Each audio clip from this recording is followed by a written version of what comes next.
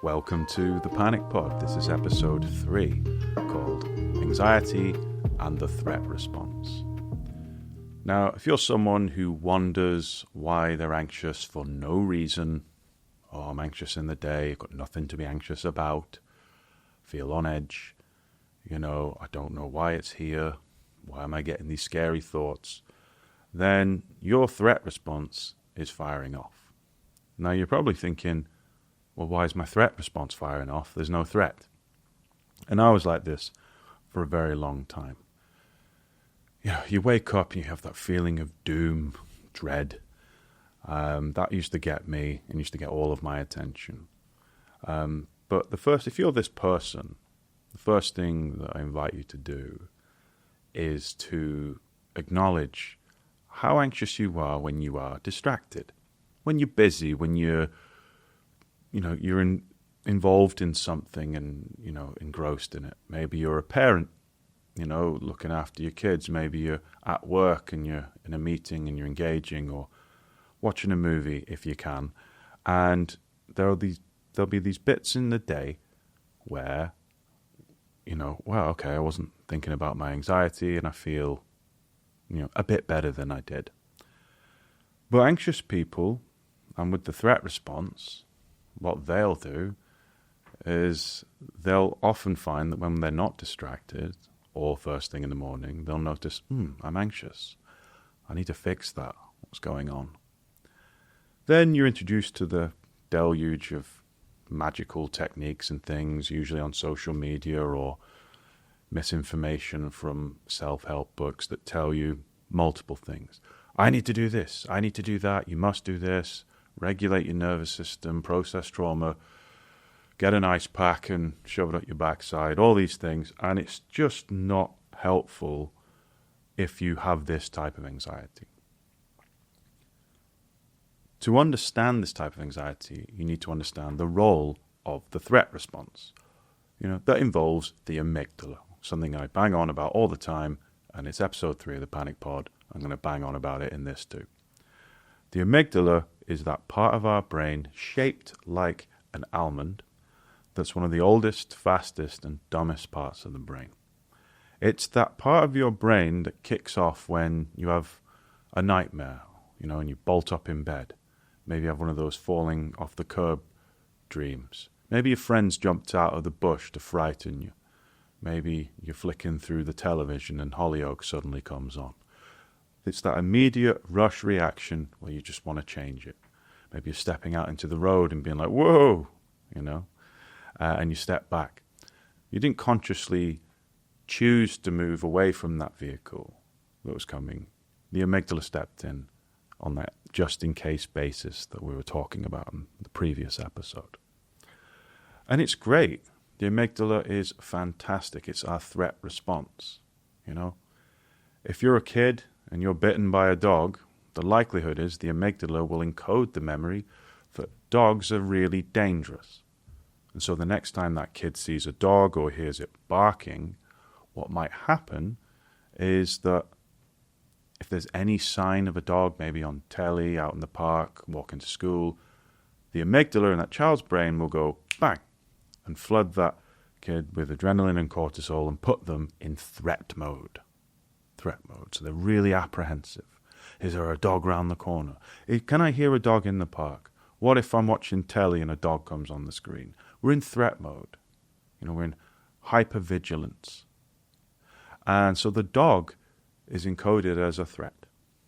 Now you've got to understand that that's the role of what the amygdala does. It will store memories of threat.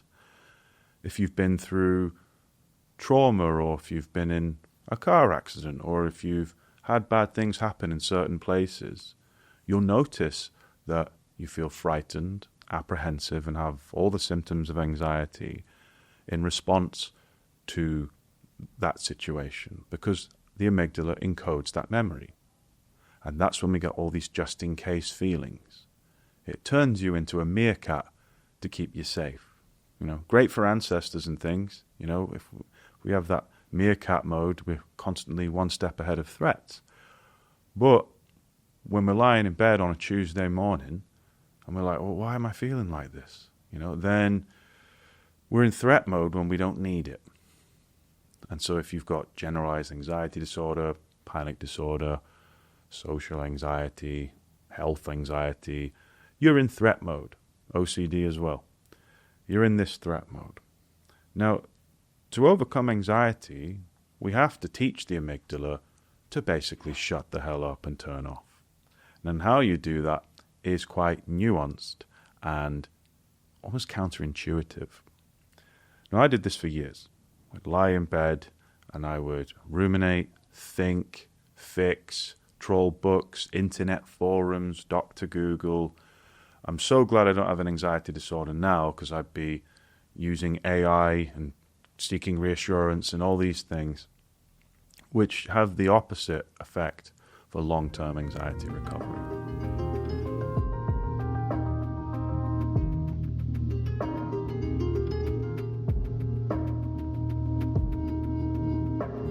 In order to overcome, well, step one, no matter how your anxiety presents, is we've got to understand that I don't get rid of the feeling of anxiety. I need to teach the amygdala to switch off. And I'll say that again for people at the back. I don't need to get rid of this feeling of anxiety. I need to learn how to turn the amygdala off. Because a lot of people measure anxiety recovery on the absence of their symptoms and feelings. And I did this for years, and you're just going to end up going round and round in circles and disappointed the next time you get anxious. No. When you reframe the goal, which is, okay, I'm anxious, but hold on, Josh, that weird Mancunian lad, said, I need to turn off the amygdala. Yes, that's the goal. Because when the amygdala's turned off, it will stop releasing adrenaline and cortisol at silly times of the day when we're just trying to sleep or chill out with our family or listen to a book or whatever. That is always the goal. But what if I'm anxious? That is actually okay. And to get your head around this is really important. When we look at the amygdala, that part of our brain that isn't wired to our thinking brain, by the way, so you can try and tell the amygdala to shut up, but it's only wired one way. It's not listening to words. It's not listening to mantras and manifestations or any magical thing that you're doing. All the amygdala is doing is watching your behavior. It's watching where your attention goes, and it's watching what you're doing. So if you avoid because of anxiety, like I used to, if you're constantly monitoring, reassurance seeking, on Google, doing all these things, and the amygdala is watching, it's going, oh, there must be danger. What we've got to do is to turn it off or rewire it. Now let's go back to our dog analogy from before. So, little Timmy has just been bitten by a cockapoo. Poor little Timmy. We empathize with that. However, he also needs to go to school and live his life. And so we can't keep tiptoeing around dogs. So what little Timmy does is he uses something called graded exposure. So along with a good counselor and supportive parents, little Timmy will start to look at pictures of dogs again. Then he'll start to watch videos of dogs. Maybe he'll listen to the neighbor's dog, sauntering around in the backyard. And slowly but surely, he keeps showing his brain, despite feeling scared, that dogs are okay. And there's a happy ending to this, because in the end, Timmy ends up getting his own dog, a ravenous, feral XL bully. And that's what he does. And he did that because of graded exposure. Timmy showed the amygdala that dogs aren't scary with his behavior, by his willingness to be scared, and to show the amygdala that dogs are no longer scary. And now he lives happily ever after. Now you're thinking, that's great, Josh, but I don't have a dog phobia, and you're really rinsing this analogy. You'd be correct, except your amygdala has wired anxiety itself as the threat, or it's wired intrusive thoughts as the threat, or the feelings, maybe it's panic. Whatever facet of anxiety that you're scared of, and if you're this person who's anxious all day and you're scared of it, The amygdala has suddenly encoded that anxiety and panic is the dog. It is the threat. And have you noticed you act like there is a dog on the prowl that you are scared of? Is the anxiety there? Is it gone? And I used to do this all the time. Is it there? Is it getting worse? Is the panic getting worse? Are my symptoms getting worse? Do I feel more dissociated? Is my heart rate faster, slower? Is that a skipped beat? Why is my digestion ruined? Why can't I find the exact carbon copy of myself on Reddit who'll tell me that everything's going to be okay? And these are behaviors that are thanking the threat response. If you're behaving like you're in danger, don't expect a part of your brain to switch off because it thinks it's being helpful. And this is why we end up in loops. And certainly I did for many years. So if Timmy can teach the amygdala that dogs aren't scary, then we can teach the amygdala that anxiety isn't a threat either. Dogs aren't a threat, and anxiety isn't a threat. But consider how many behaviors you do that teach the amygdala, that's always watching, that anxiety is a threat. Safety behaviors, compulsions, Overcoming anxiety is about teaching the brain that anxiety is okay. It's uncomfortable, but it's okay, it's safe. And to do this, we do something called practicing the skill of willful tolerance. I'm going to willfully and purposefully tolerate my anxiety today. Why? Because that's quite quickly actually teaches the brain that anxiety itself is okay. It's the foundation of exposure therapy, which is what us CBT therapists do. And we do it because it works. And it's uncomfortable, but it works.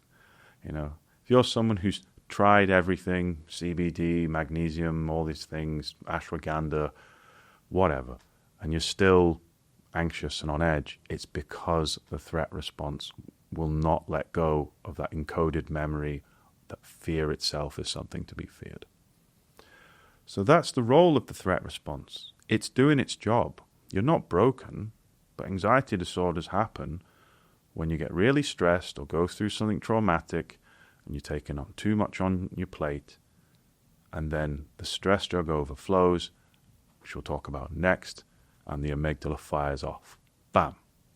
That frightens us and puts us in the sensitized state, which I spoke about in the last episode.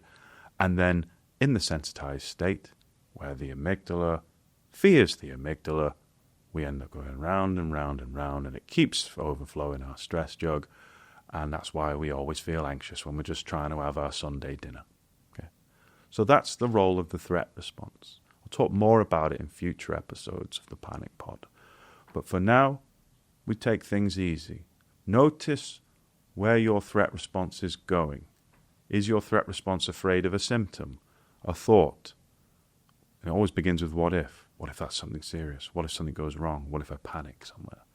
And just label that, nope, that's the threat response, which is causing anxiety. But my goal is to rewire the threat response. It isn't to get rid of anxiety immediately. And that's really, really important.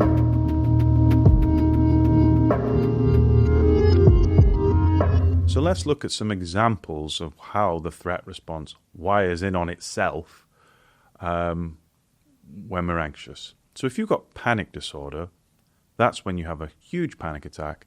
It scares the hell out of you, so the amygdala wires to think that all signs of panic are dangerous. So you're the people that constantly monitor how you feel and avoid things just in case you get too excited, too aroused, too feeling anything because you don't want panic to kick off.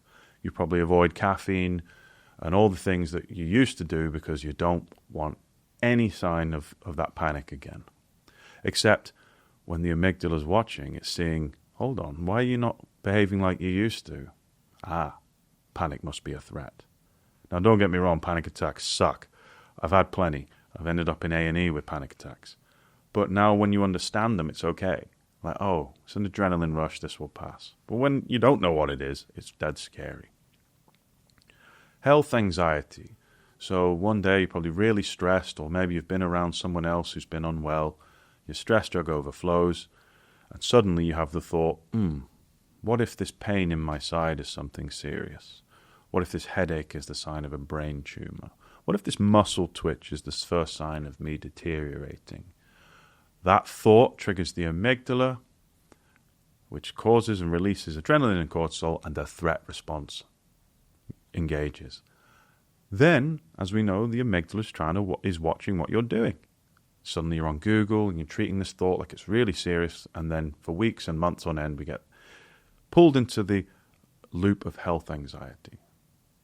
Maybe you've got GAD, which is your threat response is firing off out of habit, and our response to it, which is worry, and it will just give you a multitude of what ifs. What if that happens? What if that catastrophe happens? What if, I don't know, the car fails its MOT? What if my family members don't like me? What if I lose my job? What if I'm not well? What if I can't pay the bills? And it just what if, and it fires off all day, every day, trying to find the threat.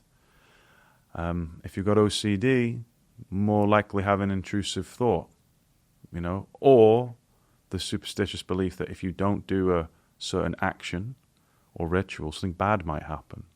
Can't be with that feeling of not being sated. But most OCD is an intrusive thought. What if I do something violent? What if I have inappropriate sexual thoughts? What if this moral scrupulosity is actually me deep down? What if I hate the faith that I believe in? What if my sexuality is not mine? What if I'm a different gender? What if my friends hate me? What if I'm a bad person? What if I lose control? What if that food's contaminated? And the amygdala wires when we respond to that, because we're scared in a certain way. The threat response is involved in all anxiety, and that's really, really important. Emetophobia, maybe you're afraid of throwing up, being sick.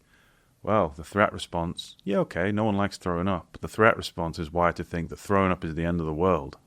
And so you behave like it's a predator and build your life around it. So don't expect it to go away like that, but it can go away. Social anxiety, the threat response is wired through judgment, rejection, being pushed away, maybe not matching your ego and values.